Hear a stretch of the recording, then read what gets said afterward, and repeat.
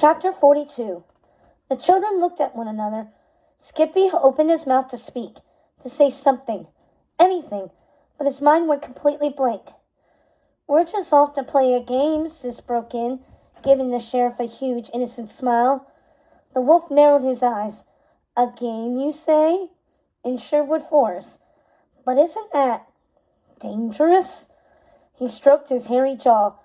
"Surely your mother does not allow you to play games in there. Don't you know it's haunted?" Toby gulped. He tried to slip the map into his shell, but the sheriff caught the movement. "What is that?" he demanded. "Are you trying to hide something from me?" No," Toby squeaked, not sounding very convincing. The sheriff reached down and yanked the map from his shell. Skippy cringed. "Give that back," he cried. "It's not yours." As if he expected the sheriff to listen to him. "Oh, don't get your fur in a fluff," the sheriff scolded. "I'm just taking a look." He peered at the map. His eyes widened in surprise. He looked up at the children. "Well, this is an interesting game, isn't it? Now, isn't it?" The bunny siblings exchanged horrified glances. This was not good. Not good at all. They had just handed the sheriff of Nottingham a map to Robin's secret camp. "It's just pretend," Sis cried, reaching for the map. "I drew it myself." "Of course, we don't actually know where Robin is," added Skippy, trying to hide the fear in his voice. "Obviously, no one would tell us something like that. We're just children." The sheriff looked from one of them to the next. His eyebrows furrowed. "No, of course not," he said slowly. Then he looked down at the map again. Still what?" Skippy added, swallowing hard. The sheriff looked up with a smirk. "It's just that it's so well done. Just really good work. If you don't mind, I'd love to show it off to His Majesty. I'm sure he'd just go bananas over it." "Actually, we do mind," Sis declared. "It's ours, and we want it back." "My dear girl," the sheriff cooed. "Don't you know by now? Everything in this kingdom, from the richest diamonds to the most poorly drawn maps, belongs to His Majesty. And I know he's going to appreciate your donation." He slipped the map into his bag. Skippy watched, his fur standing on end. This couldn't be happening. If the sheriff took the map back to Prince John, then he'd know exactly where Robin and their fathers were hiding. And then they could sneak up on them, catch them unaware, and take them prisoner. Or worse. He had to do something. Robin had risked his life to bring them the gold, and now it was up to Skippy to save him.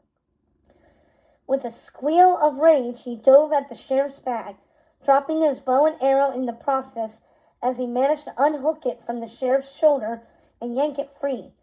The sheriff cried out in alarm, but Skippy didn't pause, hopping as fast as he could down the path towards the forest.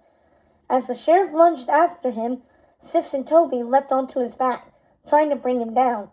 But the sheriff took them off and they went flying, slamming hard against the ground. Then he grabbed Skippy's discarded bow and arrow and continued his pursuit. Skippy pushed through the brush, his heart pounding.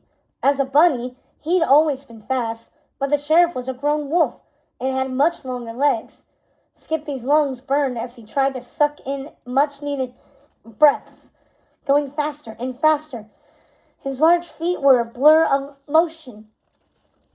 But just as he thought he might have a chance to lose the sheriff in the woods, there was a loud whooshing in his ear. His own arrow, now being used against him, pierced the bag and anchored it to the ground. Skippy flew forwards, somersaulting twice before slamming headfirst into a large boulder. For a moment, he saw stars and felt as if he was going to pass out. By the time his vision cleared, a shadow had crossed over him. The sheriff reached down, pulling out the arrow and collecting his bag. "Not wise, little rabbit," he scolded, wagging a paw at Skippy. "Not wise at all. Why, if you weren't such a baby, I'd throw you in prison for this." His lip curled. "But maybe I'll just arrest your father instead. After all, Now I have a map straight to their camp. Please don't do this, Skippy begged, feeling tears well in his eyes. Everything hurt, and he could barely stand.